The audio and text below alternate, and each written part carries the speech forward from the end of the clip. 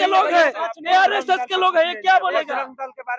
ये क्या बोलेगा? क्यों आरएसएस बोलेगा? आप अभी युवाओं का मतलब क्या रुझान है, युवा किधर जा रहे हैं? युवा जाएंगे मोदी पर, एकदम विकास उन्हीं के जरूरत है बस। युवाओं का रुझान मोदी। मोदी, हाँ मोदी अब की बार 400 पार। 400 पार। माफिया कभी भी हिंदुस्तान का नहीं होगा। जो हिंदू का नहीं हुआ, जो मुसलमान का नहीं हुआ, जो जवान का नहीं हुआ, जो किसान का नहीं हुआ, जो विद्वान का नहीं हुआ, वो हिंदुस्तान का कैसे हो सकता है? के सामने दो चुनौतियां हैं। एक तरफ राजद की जो नेत्री हैं हिना साहब, वो चुनाव लड़ रही हैं, और दूसरी तरफ एनडीए के प्रत्याशी हैं। तो डबल चुनौती है, कैसे इस चुनौती को आप लोग मतलब आप राजद को राजद समझते हैं कि हिना को राजद समझते हैं? आप बताइए पहले। राजद अगर हिना राजद होती तो राजद से बगावत नहीं होती। पार्टी सर्वोपरि होता है, कोई हिना पार्टी तो नहीं, पार्टी सर्वोपरि है राजद। हिना साहब का नाम क्यों आप लिए? राजद के ही कुछ नेताओं और कार्यकर्ताओं का कहना है कि राजद दो भागों में सिवान में बटी हुई है। जो इस पे आप क्या कहेंगे? ना राजद के ही कुछ लोग ऐसे हैं जो सत्ता के चपलुस्कोर है, वैसे व्यक्ति तो कहबे करेंगे जो हिना साहब के आगे पीछे करते हैं। ऐसा पार्टी नहीं जो पार्टी का हकीकत, पार्टी का मन मर्यादा को धूमिल करे और कहता है कि दो दल में बट गया है, तुम पार्टी करते हो। तो ऐसे लोगों कैसे से उम्मीद आप वैसे रखे हुए हैं लोग कि राजद के ही लोग हैं और राजद को दो दल में कहते हैं? वो राजद का व्यक्ति है, वो राजद का सिपाही कभी कह सकता है कि मेरा दल दो दल में टूट गया है? आपके पदाधिकारी रह चुके लोग ही इस बात का दावा कर रहे हैं कि राजद अभी सिवान में बढ़ चुकी है दो गुटों में। तो वैसे में आपके पास सामने बहुत बड़ी चुनौती होगी, उस चुनौती को आप कैसे झेल पाइएगा? ना ऐसा और झेलने के बाद जीत कैसे हासिल कीजिएगा? उनकी कोई औकात नहीं है जो ऐसी बात बोल रहे हैं कि राजद दो दलों में बट गया है। उनका कोई अस्तित्व ही नहीं है इस दल के अंदर। वो दल से बाहर चले जाएं, बाहर से अंदर चले आए, या जहां मन करे तहां चले जाएं। हमारी पार्टी है और राष्ट्रीय जनता दल का निश्चित जीत होगा और सिवान का विकास हर बिंदु पर होगा। तो क्या कहिएगा आप अभी युवाओं का मतलब क्या रुझान है, युवा किधर जा रहे हैं? युवा जाएंगे मोदी पर, एकदम विकास उन्हीं के जरूरत है बस। युवाओं का रुझान मोदी। मोदी, हाँ मोदी अब की बार 400 पार। 400 पार। अब की बार 400 पार। अभी या मोदी ना जुआ क्या है? या तो पार्टी करता है या जाति करता है। जुआ क्या है? सुनिए ना, हम ना पार्टी पहले करते हैं, बोलिए ना इससे जाति कि करते हैं। पार्टी करता है कि जाति करता है। आज तक एक नशा नहीं छुआ है। पॉलिटिक्स जो है पार्टी और जाति का नहीं है। हिंदुस्तान किसी पार्टी जाति का नहीं है। हिंदुस्तान की जनता सर्वोपरि होती है और जनता में की आवाज ही सर्वोपरि होता है। कैसे जुआ जाएंगे? कारखाना खुलता है अयोध्या में, कारखाना खुलेगा मथुरा में? कारखाना कहाँ खुलता है? मथुरा में, अयोध्या में। हमारे देश के जितना औद्योगिकरण है निजीकरण करने जा रहा है। हमारे देश के मानसिक युवाओं का शोषण करने जा रहा है। या मोदी ऐसा बेईमान देश का प्रधानमंत्री कौन हो सकता है? देश का माफिया कभी भी हिंदुस्तान का नहीं होगा। जो हिंदू का नहीं हुआ, जो मुसलमान का नहीं हुआ, जो जवान का नहीं हुआ, जो किसान का नहीं हुआ, जो विद्वान का नहीं हुआ, वो हिंदुस्तान का कैसे हो सकता है? जिसने कहा कि पढ़ाई लिखाई करके बच्चा पकौड़ा बेचेगा, आप बताइए कि मैं भी अपने बच्चे को जो है एमए कराया है, 2 प्रदेशों से बीएड कराया है, सीटेट कराया है, क्या नहीं कराया है? अच्छा क्या मोदी जी तुम्हारे एजेंडा में जो है युवाओं के लिए नौकरी नहीं है? मेरे 3 बच्चे जो है एमए किए हुए हैं, मेरी बहू जो है वो भी एमए की है। मोदी तुम्हारे एजेंडा में क्या है? कहीं जुआ को नौकरी दिया है? कहीं जुआ का नौकरी अगर 1% हिंदुस्तान को जुआ का नौकरी 1% नहीं 1% हिंदुस्तान की नौकरी दिया हो तो कल मैं उसको वोट दूंगा। अगर 1% बता दे, 1% बता दे नौकरी। आरपीएफ का फॉर्म आया था, वो उसमें से पूछिए किसी ने भरा? नहीं सब छोड़िए, नेवी का फॉर्म आया था, फॉर्म भरा? अरे सुनिए, हम किसी के दलाल नहीं है। अरे गांव में दलाल रखा है, इसलिए पूजा प्रोसेशन में कहता है कि 5,000 रुपया लीजिए और झंडा बैनर का कमी मत कीजिए। हमारे हिंदू समाज का झंडा एक रंगा है, उस एक रंगा झंडा को भागवाकरण कर रहा है। वो मेरे झंडा से जो है वादा खिलाफी कर रहा है। वो झंडा मेरा नहीं है, वो झंडा मेरा नहीं है। जो झंडा भागवाकरण है वो झंडा मेरा नहीं है।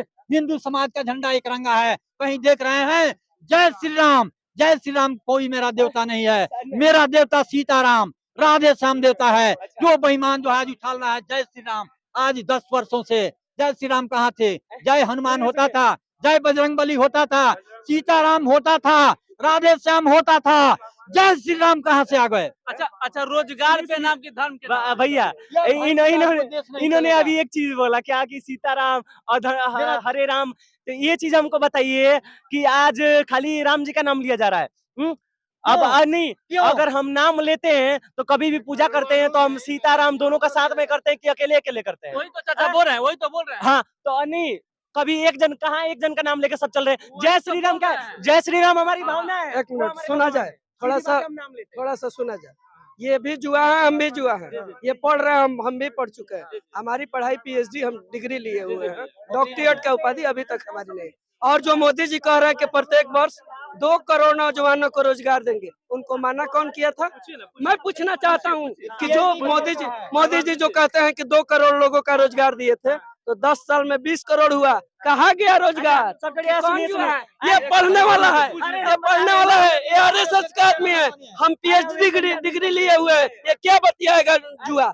2 करोड़ नौजवानों को रोजगार का मतलब हुआ 10 वर्षों में 20 करोड़ कहाँ हुआ? ये बताए कि सुनिए, हम बता रहे हैं, सुनिए, हर साल जॉब निकलता है। अगर आप फॉर्म भरिएगा तब मिलेगा। आप फॉर्म भरा कीजिए।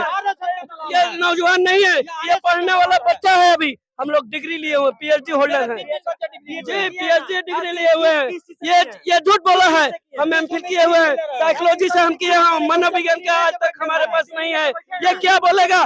2 करोड़ नौजवानों का रोजगार का मतलब हुआ 10 साल में 20 करोड़ नौजवान। ये बताया कि 10 मेरी बात सुनिए, 140 करोड़ की आबादी है भारत की आबादी 140 करोड़ की है। चिल्लाइए मतलब ये देश अभी पूरे संकट की स्थिति में चल रहा है। ये क्या बोलेगा? हम नौजवान इकट्ठे होकर आज बेरोजगारी से हम लोग मार खा रहे हैं। ये सिर्फ 17 महीना में आया था ये तेजस्वी का सरकार। उन्होंने 5 लाख लोगों का रोजगार दिया। ये जुआओं को लग रहा था कि एक अच्छा माहौल बनेगा। ये RSS के लोग हैं, ये RSS के लोग हैं। ये क्या बोलेगा? ये क्या बोलेगा? क्यों RSS बजरंग दल के बारे में? हम इतना जानते हैं, हम जुआ है। रोजगार मिलना चाहिए। 10 वर्षों के लिए मोदी जी को लोगों ने सेवा का प्रदान दिया। 10 वर्षों ने उन्होंने कहीं नौजवानों को रोजगार नहीं दिया। सिवान में ऐसे भटके हुए लोगों को, सिवान में 3 सूता मिल था, खुल गया। चीनी मिल खुल गया, चीनी मिल खुल गया। ये बोल रहा है नौजवान है। ये नौजवान होता तो ये पूछता कि 3 चीनी मिल बंद था, उसमें नौजवानों को रोजगार मिलता कि नहीं? किसानों को रोजगार मिलता कि नहीं? महिलाओं को रोजगार मिलता कि नहीं? ये कभी बोला है? ये प्रोटेस्ट किया है? क्या बोलेगा? आज तक बिहार को विशेष राज्य का दर्जा क्यों नहीं मिला? ये कौन देगा? मोदी जी की सरकार है, 10 साल में विशेष दर्जा। अगर मान लीजिए मोदी जी के कोष से पैसा आता है, ये लड़का कौन देगा?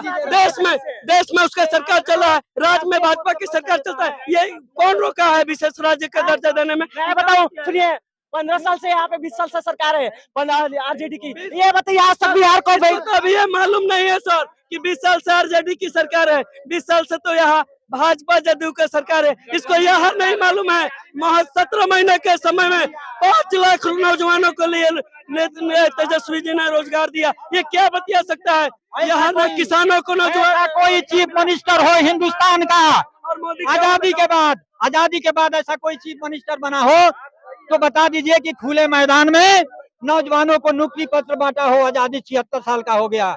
ऐसा कोई व्यक्ति अगर हिंदुस्तान का है तो उसको बताइए कि कौन है हिंदुस्तान का कि खुले मैदान में नौजवानों को नौकरी दिया। मोदी जी प्रधानमंत्री है कि प्रचार मंत्री है? अगर वो प्रधानमंत्री होता तो देश हित में बात करता। एक पार्टी का प्रचार करने के लिए 50 बार बिहार के अंतर्गत नहीं आता। अगर उसको आना होता तो रोजगार के लिए आता। पूरे 10 वर्षों ने मोदी जी बताए कहाँ नौजवानों को रोजगार दिया है? 10 वर्ष में जो उन्होंने कहा कि प्रत्येक वर्ष 2 करोड़ नौजवानों को रोजगार देंगे। हम बस इतना ही पूछना चाहते हैं, यदि आप 10 वर्ष में 20 करोड़ नौजवानों को रोजगार दिए हैं तो आपको पुनः वोट मांगने का अधिकार है। आपने नहीं दिया है, आपको एक भी वोट मांगने का अधिकार नहीं है। ये वंचित है, इसको मालूम नहीं है। यह भी पढ़ने वाला लड़का है।